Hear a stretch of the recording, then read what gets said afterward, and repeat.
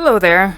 So I decided to do a video product where I interview various individuals, many of whom I'm familiar with, and their use of technology in social games such as VRChat, and how it's affected their lives, especially in the area of socialization and self-expression compared to the physical world. I also cover topics of how people may have used VR to cope during the time of the pandemic. So I'll be releasing these videos individually, and if you're interested or curious in the topic of VR or a longtime VR user and have experience with social games such as VRChat, I hope you'll find the different answers people provide to be valuable. So I'm interviewing the Monotonist. Thank you for coming. I appreciate you taking the time to do the interview. I'll be asking some questions, so feel free to answer them in a way that makes you feel comfortable or any way you like. Just keep in mind, I'll be publishing this in a video that will be public, and if I need to edit anything, I will do so if necessary. So don't worry about answering perfectly or making mistakes or anything like that. And if you need to take a break, just let me know. So if you're ready, we will be good. So we're going to do introductory stuff. First, a lot of people that I've interviewed during the different interviews I've met, of course, because of the Vinesauce community and various like game community stuff. So I think I first got to know you because I feel like it was a game dev thing that you messaged me about, and then later on getting acquainted with different people in the community and through I think VR meetup stuff. I eventually got acquainted with you. Yeah, I think the very first time was when Vinny was playing Vine Rooms, I think it was, and I was just asking, what game engine is this? And I just messaged you about that, because I thought it was a really cool creative thing, and I just think that engine is just really fun, has a lot of creative potential, so I was really curious about it. And then you eventually answered me about that, and then we worked on Vine Realms and Vine Worlds for the charity event. Went back and forth on that for a while, and then around pandemic time, I think it was, I was looking for social things to do, and I was talking about how tricky it is to try to meet new nerdy people, and then you mentioned that VRChat has started to become the nerd cultural hub of the internet. And VR had already been a really important part of my life at this point, and I'd heard things about it, and I think with a lot of people, when they see VRChat, they see all the meme videos and just weird stuff going on online, and it kind of turns them away, and it honestly did for me too. It was around 2020, but you know what, we're all stuck inside, I might as well give it a shot, and it's thanks to your encouragement, I just got on, started wandering around, and I just realized just how incredibly amazing of a resource VRChat is, just with a place to show off models and worlds and to meet other people who already have nerdy stuff in common. So it's you already have something in common with everyone that's here. So it makes it such a great starting point for new friendships and new communities and such. So yeah, and I've been coming back ever since, this many years later. Yeah, it's kind of interesting because I know, and it was during the pandemic time. That is actually a question I will ask in a little bit. But when everyone was using VRChat, and I do remember that one thing I liked is you showed me a lot of. I got to experience a lot of dance club maps and some really cool stuff. That point you brought up about people's experience with VRChat, a lot of it. This has come up in a lot of the other interviews I did too. Is that unfortunately, a lot of people's first experience or exposure to VRChat is that chaos in the public world. Mm-hmm. It is good when people, if they're watching streamers or people who are covering maps, get to see the other side of VRChat, even stuff like this, worlds that we're in right now, or things like Organism.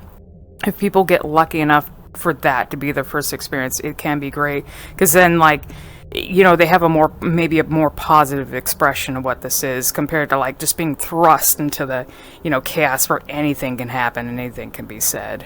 Yeah, something I always say, and I say this with VR in general too, but especially VRChat, is if someone even has a little bit of an interest in it, I try to urge them to experience it through someone who is already using it. And I know that can be tricky for a lot of people because I don't know anyone who plays VRChat or whatever, and then I volunteer myself many times too, because it's I was turned away by the weirdness of it like in my mind it was kind of a bad weirdness. I love weird things, but to me, like when you Google search it, all the videos are like the dark truth of VR chat. Have you seen? Oh God, It's just so much negativity surrounding VR chat that it's really sucks because it is just an amazing place. But yeah, so I always say like if anyone's interested in potentially giving it a shot, I really recommend finding someone who has even a little bit of experience to kind of show you around because when most people, if they just dive in alone, first of all, they'll make a Steam account version. So like their name has like a bunch of letters after it, which I don't know why they still allow people to do that. So right away people know you as like a noob when they see that. And then they go into a public instance and it's full of annoying kids and they don't know how to do anything and they get scared and then they leave and they're like, oh, I hate VR chat. And then that's their whole opinion of it. it's So I just think it's unfortunate. such an unfortunate thing. Yeah, so always recommend trying to find someone who has been using it for a while to introduce you to the world. Yeah, I think I probably don't mention this much, but I was using VRChat and desktop before getting the headset, and I think the person that actually before I started doing stuff with you, Corvus was actually the one that showed me a lot of like surreal worlds in desktop, so that's how I eventually got acquainted with like that side as well. And that's a really important thing too, yeah, is that you don't need a VR headset to play VR chat. I know it's like one of the most illogical things for it to be called VR chat. Like, well, I don't have a headset, so I can't play it. But like most people don't have VR equipment when they play VR chat. And it is perfectly fine to just play on desktop, just get used to it. Like, people running around on desktop are like the foundation of VR chat, and all the people with the equipment and stuff are just kind of like the cherry on top of it all, because it's just like there's so much cool stuff. And then you have people who are like really into it, and then they can improve your experience and you can maybe aspire to be that way. It's like playing an MMO for the first time and you see all the super high level people with their mounts going around, flying around, and you're like, whoa, that could be me. Like when you see someone who's like, hey, I have 1 million trackers on me and wireless and spend lots of money, this could be you. Yeah, so, it's like, hey, I want to, it is good when people, because, it's quite an investment. It's something that's been brought up in other interviews too. It's not quite as easy to get into because of like the money or just other factors. So it is good when if someone has a positive experience when investing in something that's pretty pricey, and they're like, oh well, I like VR, and then I want to continue doing it. I want to continue like being in this social space because I'm having a good experience. yeah. That is good. What would you say your first experience? What was your first experience with VRChat? Did you use like a headset first off going into VRChat, or did you use desktop? What was your like first experience with VRChat? I'm a little unusual in how my first time was in VR. I was aware that desktop was an option and everything, but usually if I have the extra equipment to make some experience better, whatever it may be, I will almost always go the extra mile and use that equipment to experience it that way. And I think my very first time, because I've been doing stuff with VR since like 2015-ish. Wow. And then 2016 is when the original Vive released. I mean, I have a whole backstory about all that, but for to answer your question though, is that in VR chat, I just have the same headset I have now, the first generation Vive, and I had the Vive wand controllers, which honestly I don't think are as bad as people say, and it was just that. And I think it was through a meetup that maybe you organized or something. It was back when VRChat had the old nameplates, the like really 90s looking enormous ones with like the giant like turquoise outlines or whatever. And it was that, and I think I don't remember exactly what was going on during it, but there was a lot of people, I remember, and there's a lot of voices all at once, and we were in a small space, and it was kind of overwhelming because it was like 30 or something people all talking. Oh god, yeah. And I was kind of turned away at first just because like the people that were there, I liked everyone there and everything, but there was just so much energy in the room, and me being a more introverted, solitary person, when I'm surrounded by just a constant like chaos of voices, that I'm used to that now, but back then I was like, okay, this really isn't my thing, and I stayed away for a while, but eventually I started watching a lot more people stream VR chat, and then watching videos online, and then realizing that because I'm getting a lot more into like 3D modeling and animating and all this kind of stuff, like this is such a great place to show that kind of stuff off and like share it with people and interests and all that. So first experience wasn't good, but luckily I had enough interesting people around and people that were making stuff that it helped pull me back into it. And then I made it a weekly thing for a couple of years, where every week I would spend like 1 or 2 days in VRChat. And then it went a whole year almost where I was like not in VRChat almost at all. And then as of like a month ago, I've been trying to get back into being here on a regular basis, and I have a lot of stuff in the works that I'm trying to make too, so. I definitely had to reacquaint myself with VR recently, because I had that quite a long break just due to various things as well. Yeah. I wanted to ask though, because I asked this to other people, what was your first experience in like experiencing virtual reality itself? Like, because I had it described to me, because it's hard to really get, like, people who've never used a VR headset before, it's sometimes hard to explain what it's like to be in VR until they actually are in it themselves. And some people are like, oh, well, it's like going from 3D to 4D, but it's like you're not going to really know what that's like completely until you're in it. What was your impression of it when you first started using it? So first VR experience. Well, I'm going to be really old and say that my first VR experience was actually 2007. Oh, wow. Because actually maybe 2006, because I had just recently graduated high school and I was looking around for universities to go to, and I was at some kind of orientation day at the University of Minnesota in Duluth, which is like way up north. There's a ton of U of M's here around in Minnesota, and they had a kind of just open house day where people could look around. And then I wandered into this one guy that was the U of M's like experimental technology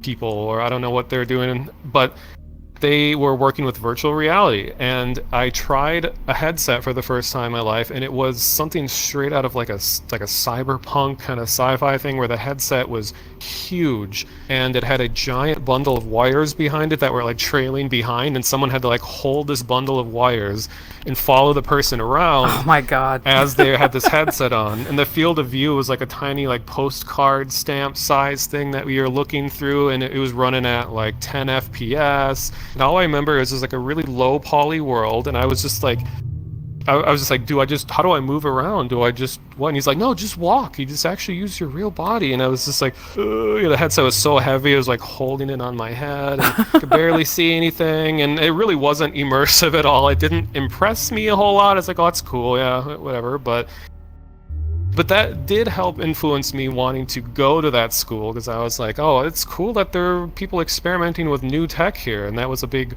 kind of selling point on how, and when I eventually decided to enroll in that school. But so that was the first ever VR experience. But in terms of like modern VR, that would have been all the way back to 2015, or not as long back, but when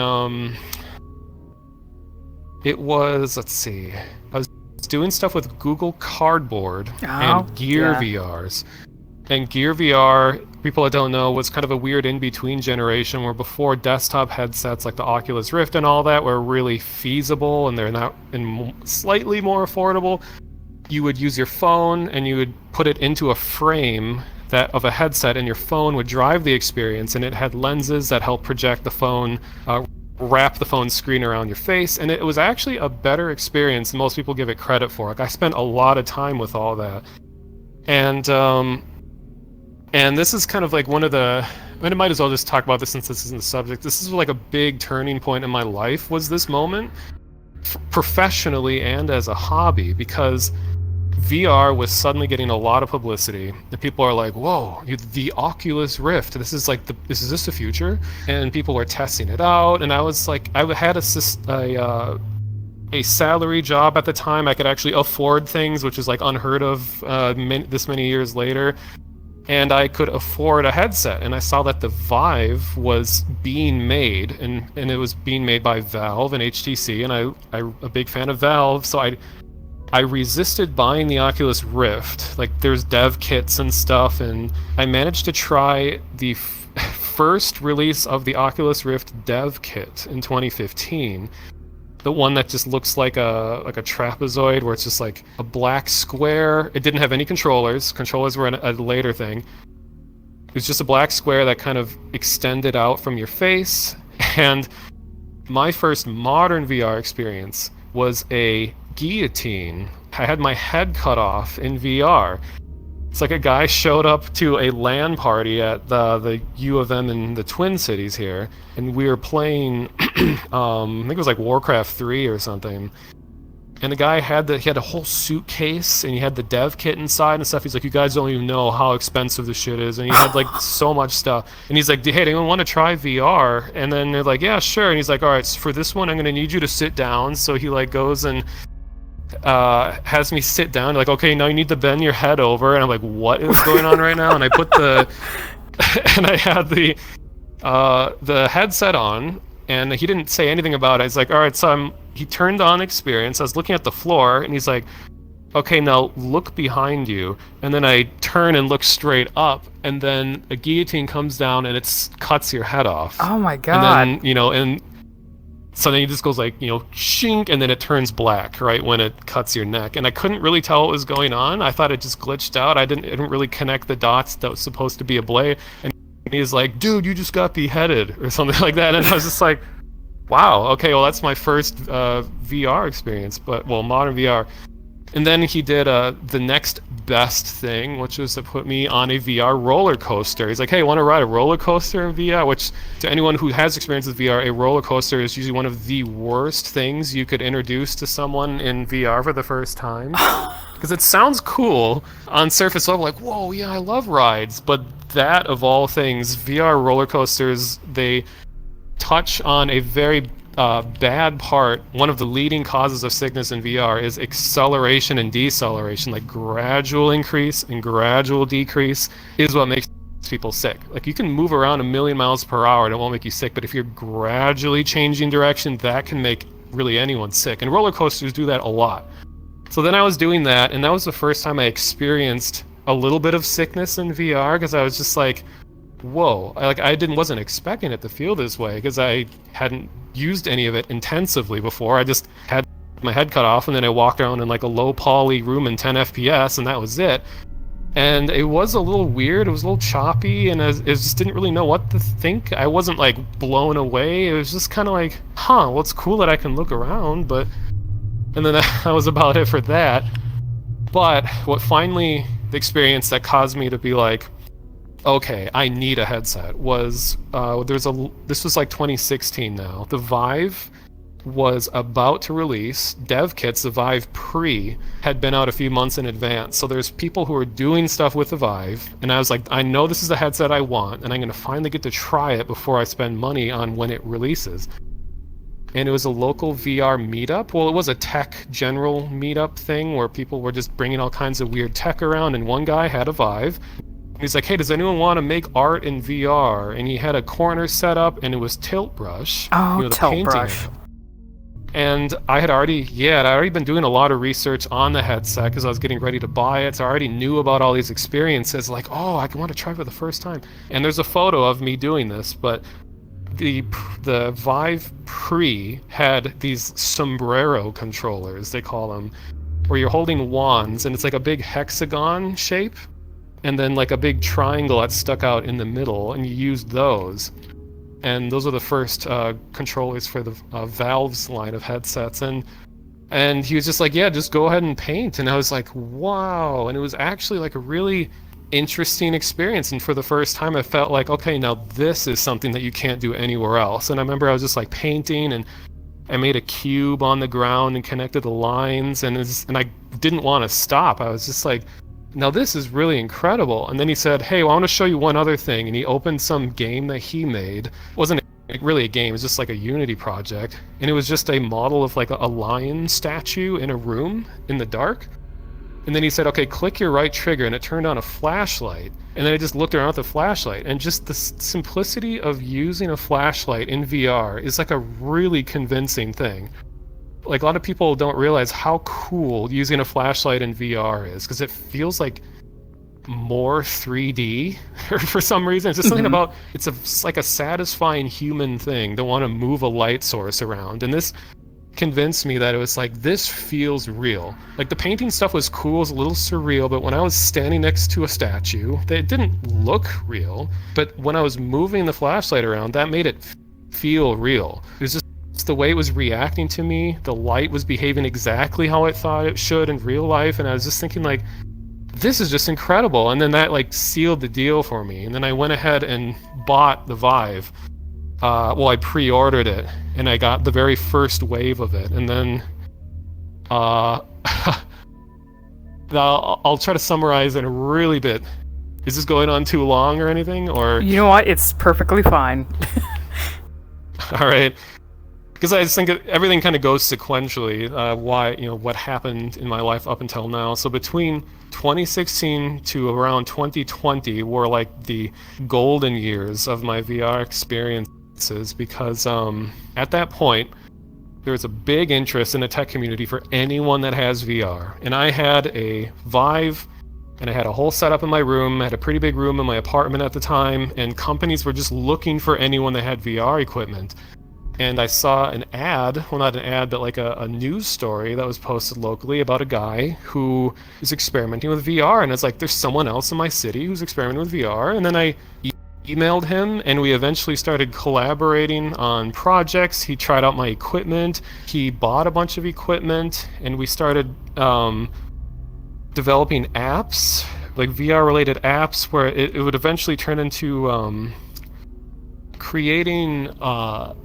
This is many years. This wasn't all like that month or anything, but we started finding other ways to use VR outside of just playing games. And one of them was to bring headsets to senior care centers to combat loneliness in seniors. So we were developing apps using like 360 cameras, so that we could have synchronized 360 video experiences with multiple people sitting around. And we had a 360 camera, and we were filming nostalgic places all around our state, places that the seniors living in these care centers would feel nostalgic and had a lot to say about these. And then a lot of them are bedbound, and they were unable to leave their care centers. And so we created this whole system that the care centers that they subscribed to, and it became a really popular thing for them because they loved, like, we were surprised. We were like, okay, usually the older you get, the more resistant to technology you are. Like, I don't understand this, and a lot of people reject new tech and stuff when you get older, but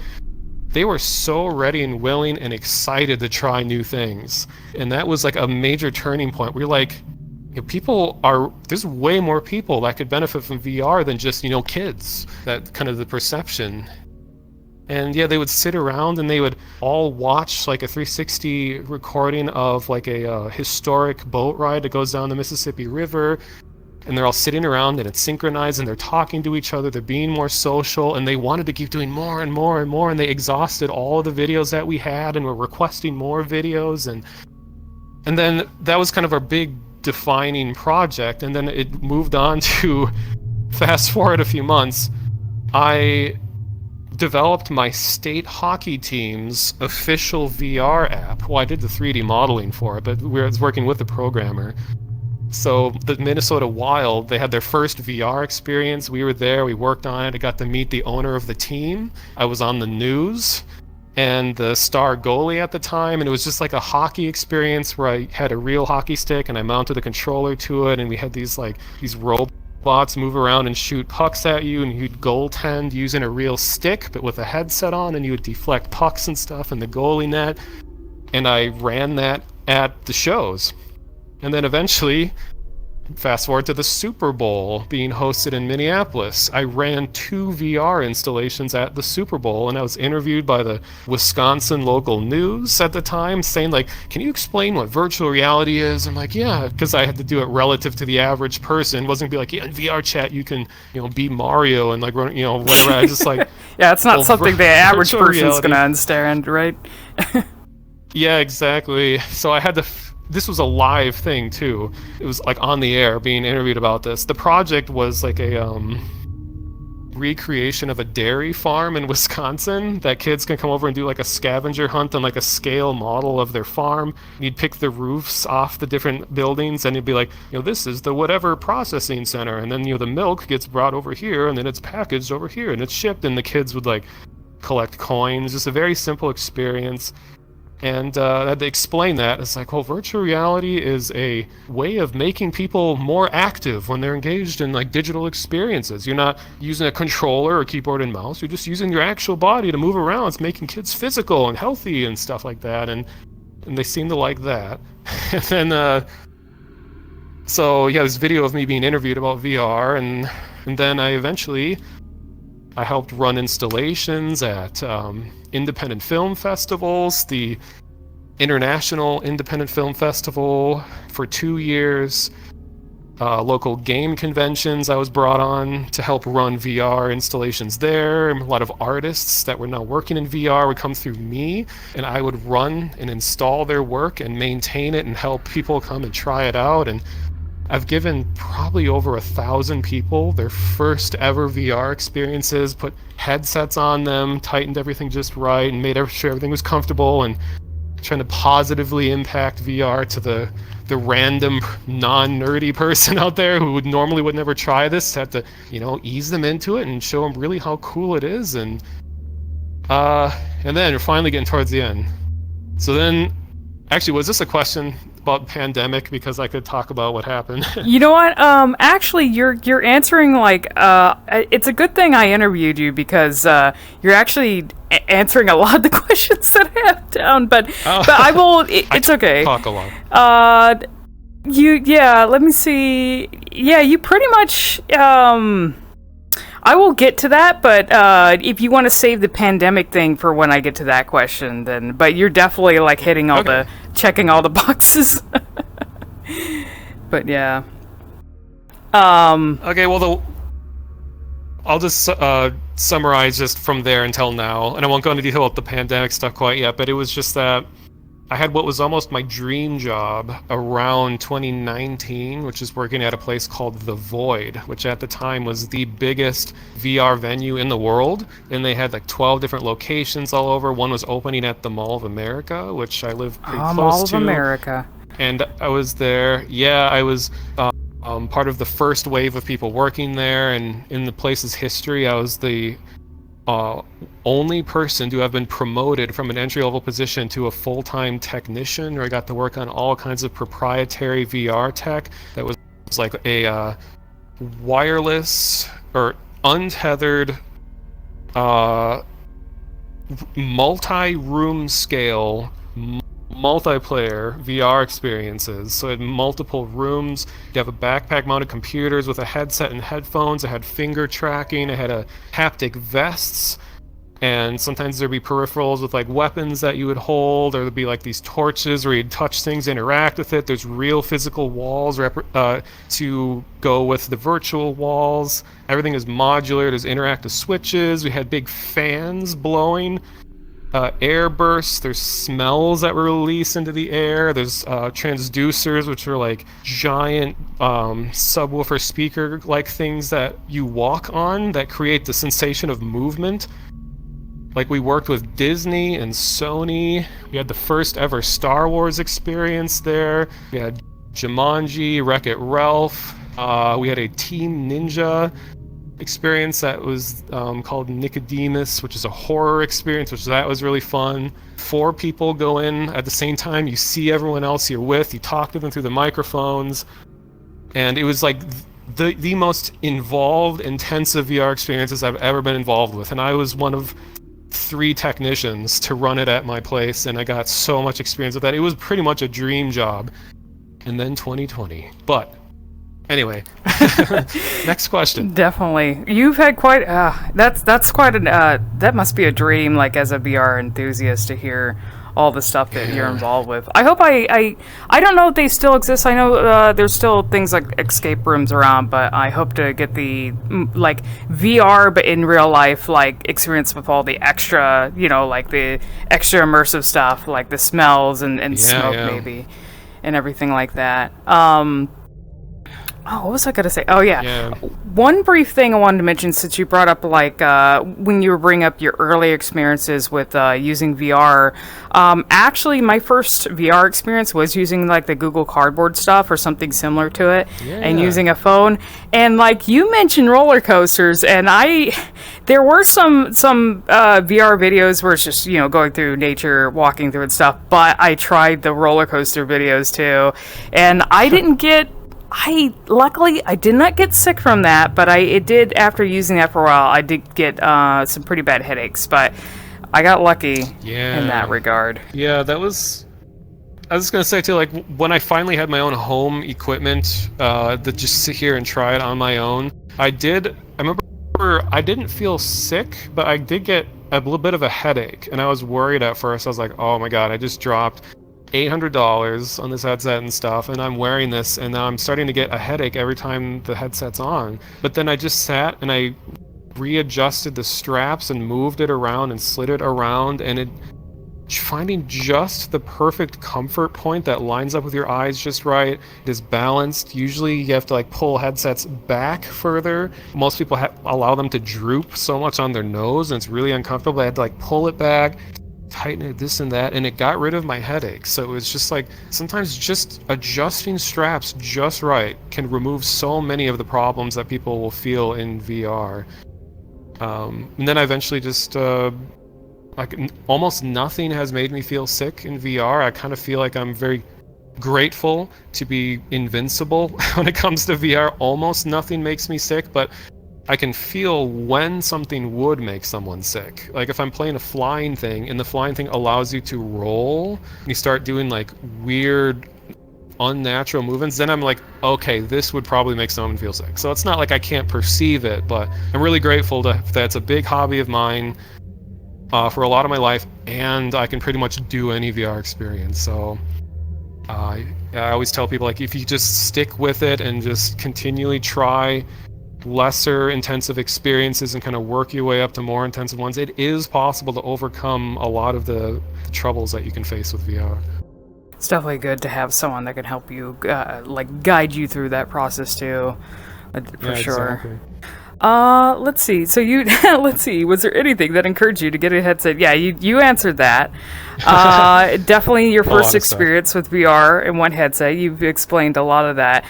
So here's a question about socialization. I want to get to that before I bring up the pandemic. When it comes to socialization in the physical space, so like meat space, as it's called, how would you describe yourself in your interactions with others, and how does this translate to the internet specifically? And when I refer to the internet, I'm treating that as, so reality I'm treating as, one specific space. The internet is a secondary space, because a lot of that in the interactions are text and voice.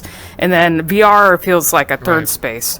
So how would you describe how you are interacting with people in the physical space and the internet? So like who I am in real life compared to how I am in VR? I guess how you interact with others, like how you socialize, if you're comfortable answering that. Yeah, for sure. I'm trying to think of like what the best way to describe that. Well, I mean, I am just like a very introverted person, and I tend to be more solitary than most, where, so much of my life I'm just so comfortable being alone and going on and doing things, and it's not meant to be like a self-deprecating thing. It's just like, I don't know, that's just kind of who I've grown up to be. But I do like being around other people, so a lot of my real life socialization tends to be if I find a weird art event or nerdy thing where there's something specific about it that would appeal to like a smaller, more niche crowd, then I'll go to that. Like, I'm not someone to just go to a social event and just hope that I have even the tiniest bit in common with anyone there. Usually it'll be like an art opening, or like the university will sometimes have like new student shows, and I'll go there. So I always have to find some kind of just base level thing that brings us all together, like it's music maybe. So I'll go to some weird art event, and I'm not someone to just go out and immediately start talking to people. I don't insert myself in the conversations. Like, that has always been a big struggle in real life, and I think a lot of it is, you can't escape your real life body at any moment, so you're really, really vulnerable in real life, and you can't just like be like, oh, I don't like this, bye. I mean, you could, but you'll like ruin your reputation. Not reputation. People will think you're weird. Like you're constantly combating. I don't want to be weird. I don't want to be weird. But if I'm around people who are already kind of weird, I tend to be the least weird among all the really weird people. So I try to get that kind of company. So anyway, yeah, I'm not someone to go and approach people and all that in real life, and I might talk to them a bit. But then in VR, I'm still myself. Like, I don't think I'm a totally different person online or anything. But VR, because you have the ability to suddenly leave if you want to, you can, well, look however you want. And you can also, you're already in an environment where you have VR in common, or at least interest in digital experiences. So I suddenly am way more confident at just going and approaching people, and like I go to public worlds in VRChat all the time, and don't try to pretend like they're not really vile places sometimes. Like usually there's all the loud attention-getting, annoying people. If you just don't even let them faze you, don't engage with them, even just block them or whatever. But VR, I'm so much more confident at just seeing someone who's talking about something interesting and then just including myself in that conversation. And I get a whole lot more confident when I'm online. And this might even be a question that you might going to ask afterward, but is that the way VR has changed my way of interacting is that it's affected my real life too. It's like when I'm in VR, I'm less afraid. I'm not afraid of being weird around people, because usually everyone is just weird, or like kind of socially, I don't know, just being expressive. Like in VR, or in real life, I would never like dance in public, or like if I'm at a concert, I'd just kind of be like, yes, I like this music a lot. And then but VR, I'm playing Beat Saber and Synth Riders and going to live music events in VRChat and stuff has helped me practice just dancing and just enjoying music in front of people and not caring what I look like. And that started to get me the practice doing that. And then I went to a concert in real life, and I suddenly just didn't feel scared to show that I'm enjoying the music. Like, I know I don't know how to dance. I know I look really dumb. I'm enjoying music and stuff. But it just helped me open up and just okay to look weird in public. And VR has been a really great way to practice that. And then it translated back into real life. So for me, real life and VR are just always going back and forth. I'm learning new things in one that goes to the other, and then another, and then just... So it's kind of been like a synergistic experience, being able to jump between the real and the unreal, and learning from both. Yeah, it's interesting that you brought up the dancing stuff too, and how that influences you, because obviously you introduced me to a lot of like dance clubs, and there was a time where I was hopping. I think that was around the pandemic time, but I wasn't somebody who really did something like that in real life. Went to dance clubs, so when I went there with you and the other folks that I know, getting comfortable dancing and just kind of moving your body in VR among like a ton of strangers in VR, that eventually I got comfortable doing that too, and even being like in front, where some of these dance clubs don't have a lot of like sometimes in these clubs you'll have people very few people who will just be dancing in the front, and then you have a ton of people just hanging out in the back. But that was definitely an interesting experience.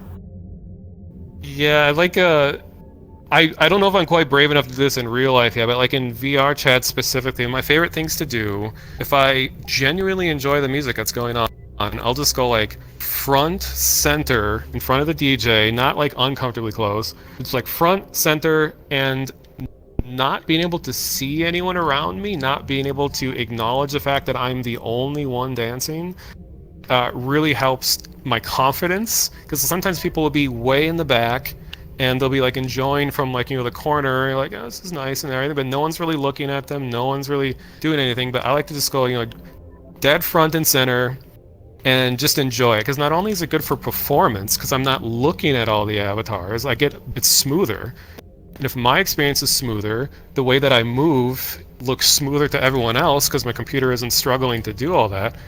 And I don't have to think about how isolated and I'm the only one on the floor because I don't see anything. So it's always a pleasant surprise.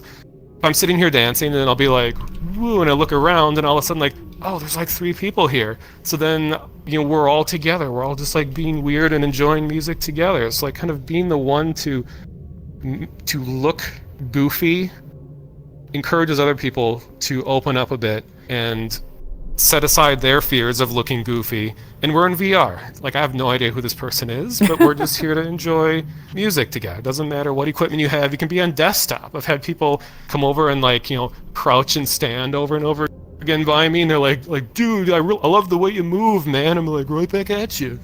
And I'll like, do the default dances with them.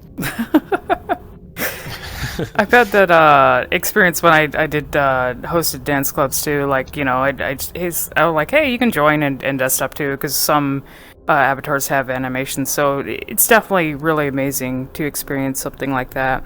So you have answered. Let me see what I have here.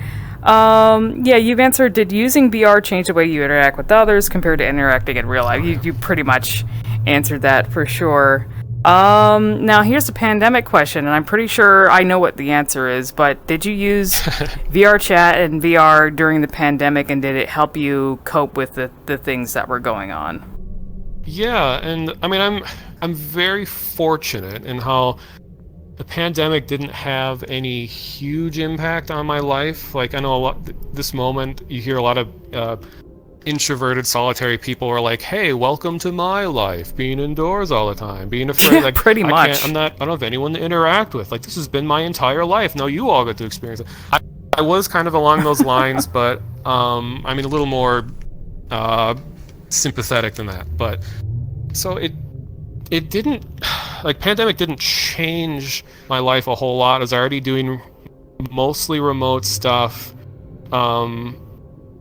Oh no, I was doing remote stuff after the pandemic. Well, anyway, just like socializing wise, it didn't change a whole lot. But the almost dream job that I had at the Void was just like abruptly stopped because the company went bankrupt, because we were all about being in person, up close with lots of other people, and there's just no way that we were going to be able to reopen, and we were closed for an entire year, and they're going to try to reopen a second year, and then they're like, we just can't. There's too many new like rules about what we can and can't do. It's too risky, and it's just way too much, and that job just ended. And then I've been seeking remote work and doing digital art and computer graphics stuff and like QA testing and maybe a little like web design stuff here, and they're trying to just do everything I can after the pandemic, because the pandemic destroyed what was a dream job for a while. And then, yeah, of course, just using VRChat was a great way to, because there was a huge surge of new people to VRChat. Like, most people I talk to these days started VRChat in 2020 because of the pandemic, and I'm one of those. So, as horrible as the pandemic is, it absolutely was, without a doubt, that it still has a little bit of a glimmer of light, because it brought a whole lot of new people using VR, understanding how good social experiences entirely online can be. You can develop meaningful friendships and even relationships just through the internet, and VR is as close to being in the same room as someone as you can get without being in the same room with someone. Because it like, your mind thinks it's real. Like, if you spend a long time with someone, like, I've had so many moments where I'll just be really getting into talking to someone, like getting to know them so well, and I'm feeling really close to them, and they're like, all right, see ya, and then click, and they're gone. I'm like, whoa, okay, yeah. They're just gone. And then it always like bringing back to reality, and you take the headset off and you're like, oh god, back in the real world. I'm being ripped. My tube is being ripped out. I know, yeah, it's just like just ripping out all of your like electrical cables, just like, welcome back to reality. And you're suddenly back in, you're like, well, I'm still me, and I'm still in this apartment, and it's just me. All of my closest friends live on the other side of the world, hundreds of miles away, but if VR can, or just the internet, of course, but just VR especially, can help me feel a little bit closer to them, these people I may never meet in my lifetime, I'll take it.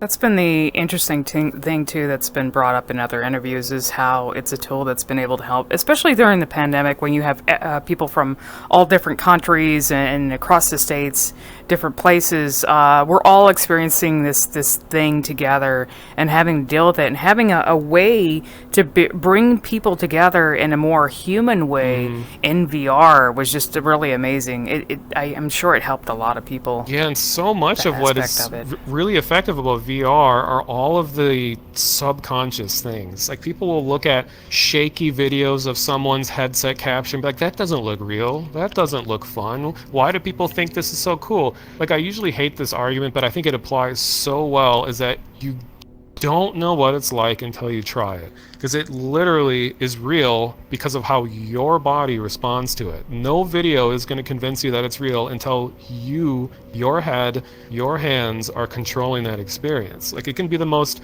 unrealistic cartoony thing out there and it can feel real, and that's what's so good about it. And it's so hard to explain that to people. And then that goes with, social VR too. Like, when you see all the mannerisms and the way that people move, and some people are really good with like elaborate facial expressions and doing that with eye tracking, going the extra mile to be as expressive and emotive as they can. Like that, it's like I was saying, like, it's as close to being in the same room with someone as you can possibly get in our current year without actually being with them. But yeah. Yeah, it's definitely an amazing tool for convenience to bring people together and sort of inject that humanness that we kind of lose interacting with people on the internet. That's why it does feel like a third reality, but it kind of combines aspects of the internet and aspects of our real life together in a more positive way. For sure. I do feel. So have you noticed, this one's about just, I'm sure you've done a lot of people observation of VR. Oh, yeah. I'm sure you have. One of my favorite things, yeah. So, this one's about observing others. Have you noticed or observed any changes in other people between the time that they actually started using VR up until now? Like say, if someone started using VR a long time back, and then you kind of like watch and observe them up until now, have you noticed any changes to the way they socialize or express themselves? Like, because of that use in VR, have you noticed any changes? So someone that I knew like before VR and after VR, you're saying? Okay. Yeah. Well, one example that comes to mind is actually someone that I knew for a while in real life. And this is kind of another one of the things that helped me decide, like, okay, I need to buy a high-end headset. Was this is back in like 2016 or so, that the local VR meetup, so in real life with real people and all that, is that there's this one woman that would go to this meetup all the time, and I used to talk to her, and we're kind of like good friends for a little while, and she's very shy, like to the point where it's like she won't talk at all or contribute anything unless someone goes and talks to her a little bit. So I tried to like involve her in discussion, and she was like an artist and create a lot of cool... Anyway, long story, but anyway, she's very shy. And then she really wanted to try the Vive. And then when she tried the Vive and was doing tilt brush for the first time, like her stage fright was just like gone. She was suddenly, like, she's normally would barely move and would just kind of, very shyly like be sitting down and watching other people. When she got the headset on, she was just like going all over the place and was like laughing. And I was just like, this is one of the most wholesome moments I've ever witnessed with VR. Like, this very shy person, when I had the headset on, she just like forgot the world around her and just opened up so much. And then when she took the headset off, she's just like, I need to buy one of these. And it took her many years after that to finally get one. And I actually did eventually bring her to VRChat a couple of years ago, but whole other thing. But anyway, it's just, that's one case I can think of where it's just like there's that weird isolating factor. Like, this sounds bad, but I think it's good. Like, VR kind of holds you hostage. Like, when you have a headset on, it's demanding all of your attention, and it's forcing the rest of the world away from you. And for a lot of people, that is really good. Like, it sounds scary from the outside. It's like, oh, you're disconnected from reality? Like, yeah, I want to leave reality. I want to be forced into another world, and I don't want to think about the real world around me. And VR does that so well, and it can physically see people change when they have headsets on, and how expressive they can be, and how talkative they suddenly get. for a lot of people, and then when they don't have headsets on, they just suddenly kind of go back to their like normal, really shy selves. So that's the biggest transformation I can think of. Yeah, that what you brought up about this sort of like escapism aspect, or being like forcibly sort of disconnected from like a physical space, but in a positive sense. That's actually going to be relevant to a later question too, when I get to that as well. Nice. Now, I don't know if this is going to apply to you, and maybe you've sort of answered it already, but this one's, what about identity or the sense of self or your self-expression? Do you feel like time in VR or social spaces such as VRChat have influenced or changed things about you or allowed you to explore yourself in a way that is different from the physical space?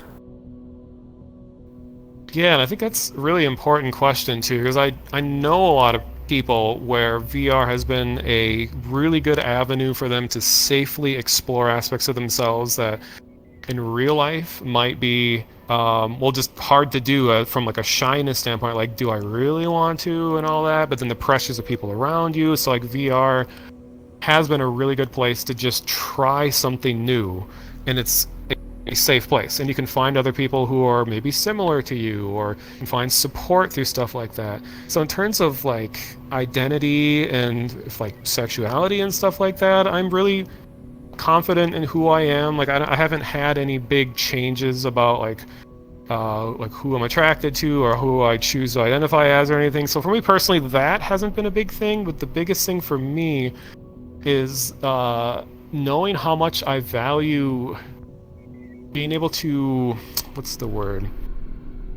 being able to set reality aside and just pretend to be someone else. And a lot of people like want to be someone else, but like I've learned how much I like pretending to be someone else. Like one of the big things that brought me in the VR also was the Half-Life Combine roleplay group. Which, if I knew this kind of thing was going to exist a long time ago, I'd think like, oh, that sounds really cringy. What, a bunch of like 20 to 30-year-olds pretending to be Combine on the internet together? Like, that sounds so childish. But then I spent months engaged in this, and it was some of the most engrossing experiences I've had in VR was...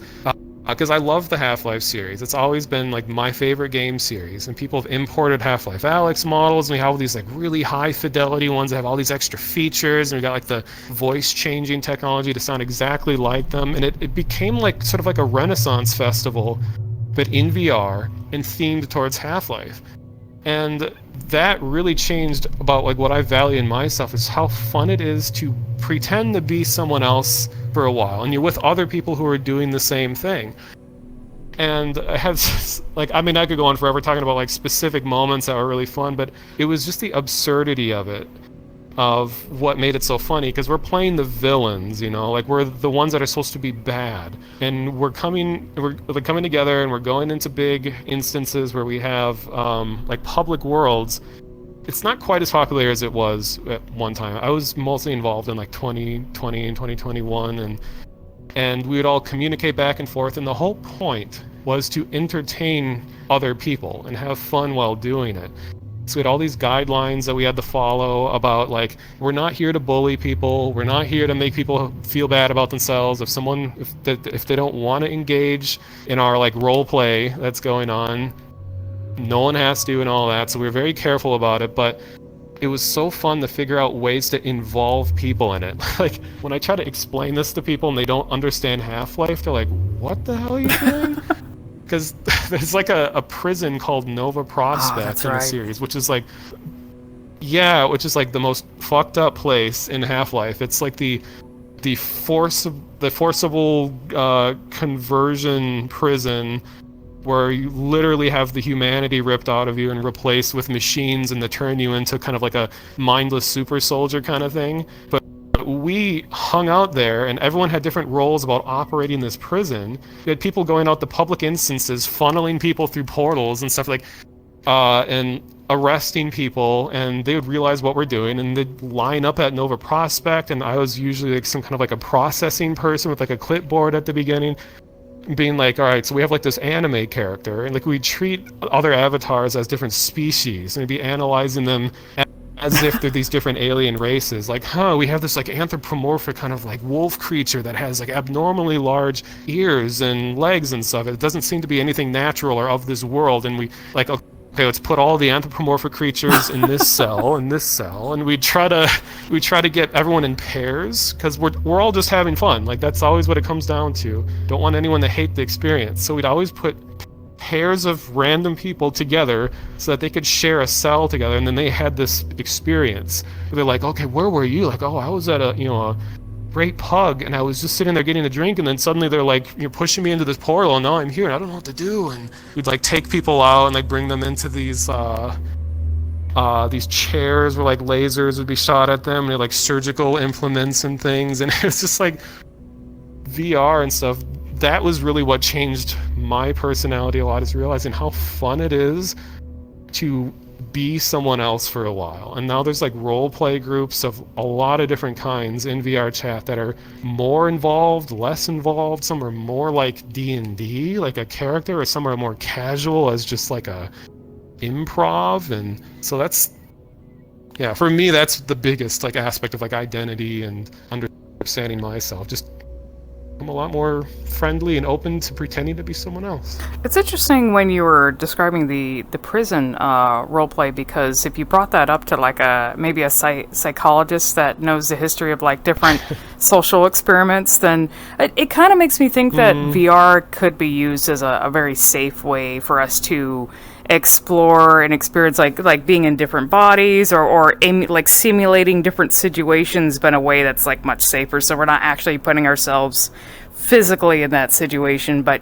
getting like sort of the experience and the knowledge from being able to simulate that, but in a VR space. Yeah, it's a really good platform to try things like in the general most sense, not only just because of the safety of it, but just because there's other people who might have ideas about it too, or maybe there already exists a community, because that's kind of usually one of the big eye-opening things in VRChat is it's like once you just start talking to people that you don't already know, like you meet them through VRChat, and they're just like, oh yeah, I'm a part of this group and this group, and then like, hey, on like Tuesday nights sometimes we get together and like do this and this. Like there's just like layers upon layers of like groups that secretly know each other, and it's not always like what you're probably thinking of. I mean, some of it is what you're probably thinking of, but like I haven't been involved in groups that are just trying to be really secretive about their existence, but it's almost like kind of like a Freemason sort of thing, where it's like more people are involved in this group than you realize, but no one openly admits to being involved with this group, and then suddenly we're all like together and we're in a place and we're all doing things in a coordinated effort, and then everyone separates and then it's never talked about again. Like there's just so many groups like that around VRChat. It's deeper than anyone could ever imagine. I've heard stories and of course I know people have probably done a few deep dive videos here and there, which I think you mentioned briefly. Yeah. I wanted to ask, what is your and you did bring this up because you have you actually have experience with this. You definitely have a lot of insight on it. But what's your opinion on VR being used as a form of mental health therapy or for therapeutic purposes? Well, I'm definitely not a professional, so I can't, confidently say, oh, it's good for this. I think it is, how do I describe it? Like, I'm sure, like, I haven't been diagnosed with any particular thing, but I'm sure something's going on upstairs that isn't all, what's it called, neurotypical. I'm sure something's going on. But what you start to notice with VRChat is that you can find other people who are having similar struggles, even if you don't know if there's a label for this type of behavior, if you don't know if it's like a thing that you can be diagnosed for. And VRChat oftentimes can turn into a sudden, I don't want to say like therapy session. It's not like an organized, like, okay, we're going to sit down and we're going to talk about this and this. It's just, if you just hang out with people long enough, usually, inevitably, something will come up and they're like, hey, I'm struggling with this, and this. And then someone else will be like, hey, I've also been struggling with this, and this.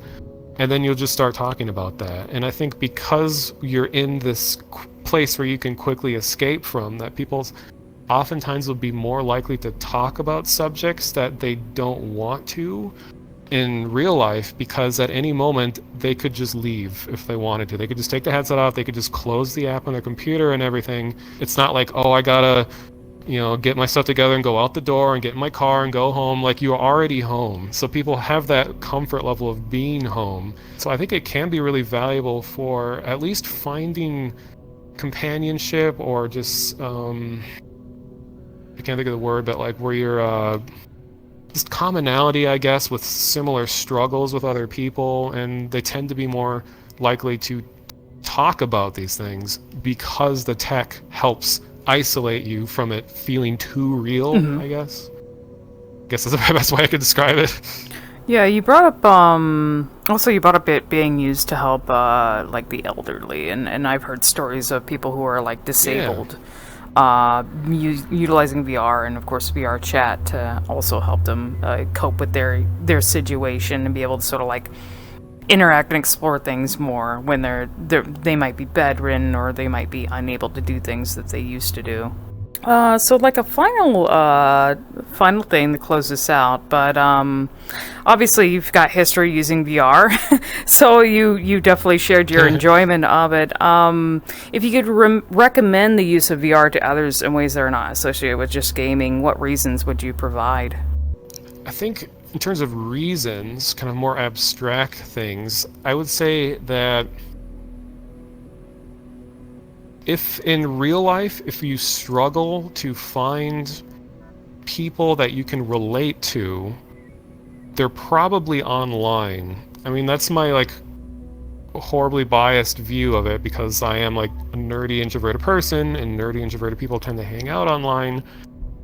And that has been a tremendous struggle in my life, is finding relatable people in real life. And